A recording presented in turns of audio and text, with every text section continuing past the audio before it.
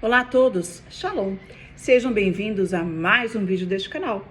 O meu nome é Cat e eu vou trazer para vocês mais um assunto sobre teologia. Este assunto é um assunto um tanto quanto curioso e que pode dividir opiniões, tá? Então, lembrando que a teologia que eu me baseio, que eu trago aqui no meu canal, é segundo o judaísmo do Segundo Templo, que é diferente desse judaísmo atual, né? O farisaísmo, ele prevaleceu e é o que nós temos hoje, basicamente. Então, o judaísmo do tempo do Segundo Templo, ele apresenta características bem diferenciadas, principalmente em questões mais, eu diria, espirituais, compreensões, visões muito mais espiritualizadas, por assim dizer, das escrituras sagradas, em especial da Torá. Tendo isto pontuado, o que eu vou trazer para vocês de informação importante para estudo? A figura de Azazel. Quem seria essa figura? Seria simplesmente um mito? É um mito cristão? É um mito islâmico? É um mito judaico? O que vem a ser? Então, agora que nós já contextualizamos, né, esse judaísmo que nós vamos tratar, nós vamos falar dentro do judaísmo do Segundo Templo, qual era a visão de Azazel. Em primeiro lugar, é importante dizer que Azazel é citado na Bíblia hebraica, na Torá, 2 vezes, tá? Nós temos no livro de Levítico 2 citações. Eu quero ler uma delas aqui para vocês. Levítico 16:10. Mas o bode sobre o qual caiu a sorte para Azazel será apresentado vivo ao Senhor para fazer propiciação e será enviado para Azazel no deserto. O que representa a figura de Azazel? Em primeiro lugar, ele vai representar um lugar de wilderness, desértico, uma região árida, desértica, morta. E é um ser que o judaísmo do Segundo Templo compreende como um anjo caído, né? Um dos principados, né? Um dos príncipes, um dos líderes dos anjos que se corrompe, ele deixa, né, o seu estado natural, o seu habitat natural dentro dessa rebelião, e ele passa a ensinar aos homens, à humanidade, conhecimentos que Deus não lhe permitiu ensinar. Não era para que os humanos conhecessem, e Azazel trouxe o conhecimento, mas ele não trouxe o conhecimento para o bem, mas sim para o mal. Nós vamos ver isso explicitamente no livro de Enoque, que é um livro da literatura judaica. E é importante dizer, né, a literatura de Enoque você vai encontrar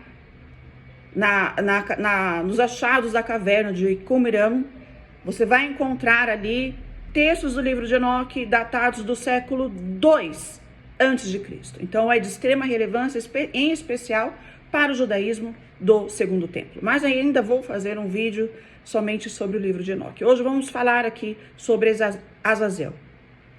Então, entendendo que Azazel é essa figura de um anjo caído, um anjo que se rebelou, um anjo que trouxe conhecimento para a humanidade de algo que Deus não permitiu, com um intuito ruim, que fizesse a humanidade cair em total depravação, em total degradação moral, né? Então, o que acontece? Ele, que é um dos líderes celestiais, é um dos líderes dos anjos, ele juntamente com outros, eles são expulsos, eles são aprisionados, né? E Azazel, nessa passagem de Levítico, ele está no deserto, que é onde justamente ele foi aprisionado, é onde justamente ele foi lançado, e ele está no deserto, e é enviado para ele um bode, o tal do bode expiatório. Na cerimônia de Yom Kippur, a cerimônia do perdão. Diríamos que é a data mais importante, festiva, dentro do judaísmo, porque é o dia, Yom Kippur é o dia em que o povo recebe o perdão de Deus. E há um ritual para isso. Neste ritual, o sumo sacerdote, ele separa 2 bodes. Um desses bodes é direcionado a Deus, a Yahvé, a Adonai, ao Senhor, e o outro é direcionado a Azazel. Um para o eterno. Ou melhor, o da direita para o eterno e o da esquerda é enviado a Azazel. E muito se debate com relação a isso, né? Há muita pouca compreensão a respeito disso. E realmente é um pouco complexo se tentarmos entender do ponto de vista do judaísmo atual. O judaísmo atual, tirando o judaísmo cabalar, vai ter uma outra visão atual. Mas a verdade é que os pecados, para serem perdoados, né? A terra, ela clama o sangue. Então, era enviado um bode a Azazel para expiar os pecados do povo. E neste ritual, o ritual detalhado, você vai encontrar no Mishnah, Yoma 39, se não me engano. Se estiver errado, eu ponho aqui depois nos comentários. Mas, se não me engano, é o Mishnah Yoma 39. E aí é bem explicado como que é feito esse ritual. Então, o sumo sacerdote separa 2 bodes, um é para o Senhor e o outro é para Yahvé. Ao enviar esse bode para o deserto, destinado a Azazel, é colocado uma fita escarlate, uma fita vermelha, representando o pecado do povo.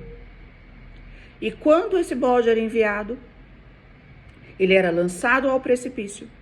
Disse que antes mesmo que o bode batesse no chão, devido à altura desse precipício, os seus ossos já se quebravam. E depois de um tempo, procurava-se por essa fita, que era vermelha, que era escarlate, e buscava-se encontrá-la branca, como um sinal de que os pecados do povo de Israel se tornaram alvos, se tornaram brancos, mais alvos do que a neve.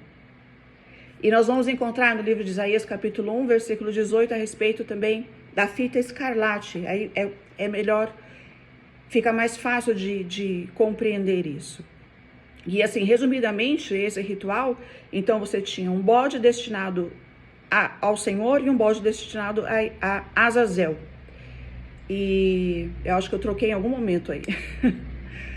e o sentido era como, é um pagamento. Olha, tá aqui a oferta para a expiação do pecado. É o bode expiatório, para a expiação do pecado, ou seja, para que os pecados sejam perdoados, sejam limpos.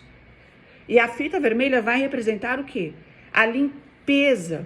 Removeu-se o pecado, removeu-se o vermelho, removeu-se a mácula, removeu-se a mancha. É lindo isso, não é?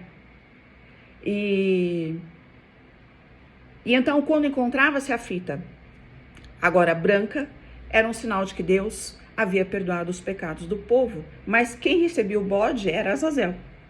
Por quê? Porque ele requer o sangue dos pecadores.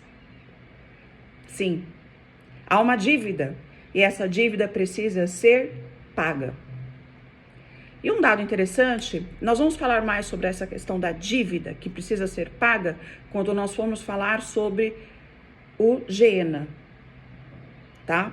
Porque o inferno, desculpa, isso é uma questão muito posterior àquilo que nos interessa. Nós vamos falar sobre o Geena. Quando falarmos sobre o Geena, nós vamos falar sobre essa dívida que precisa ser paga.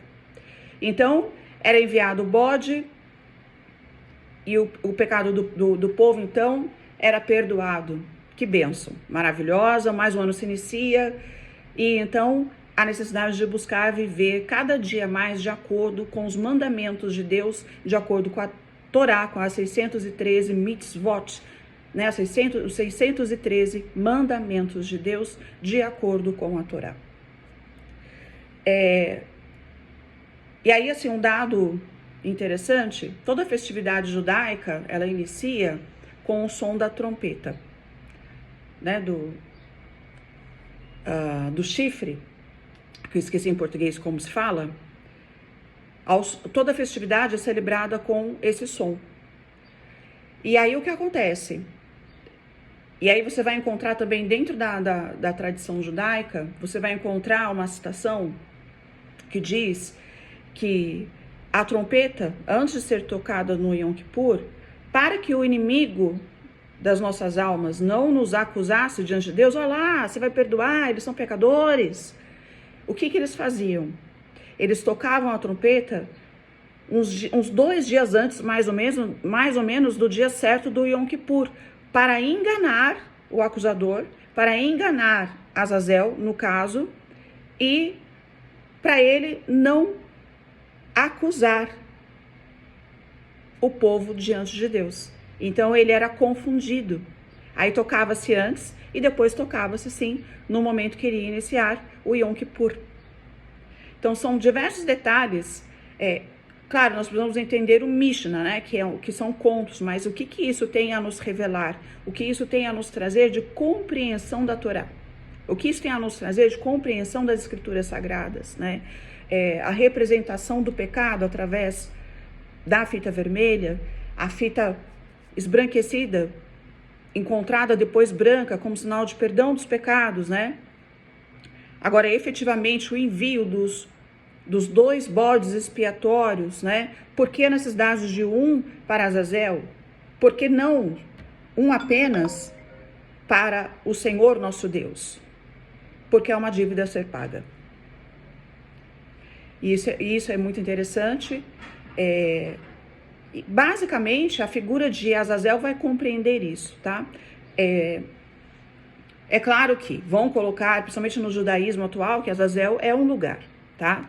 Ou que simplesmente na citação de Levítico 16:10 significa apenas o bode expiatório e não Azazel, tá? Mas isso é uma compreensão de alguns e muito posterior àquilo que realmente interessa no campo da teologia, né? Que é o judaísmo do Segundo Templo, certo? Bom, meus queridos, é isso. Obrigada por ficarem até aqui. Fazia tempo que eu não gravava um vídeo aqui no canal. Tá super corrido, graças a Deus, mas estamos aí. Obrigada aí. Shalom.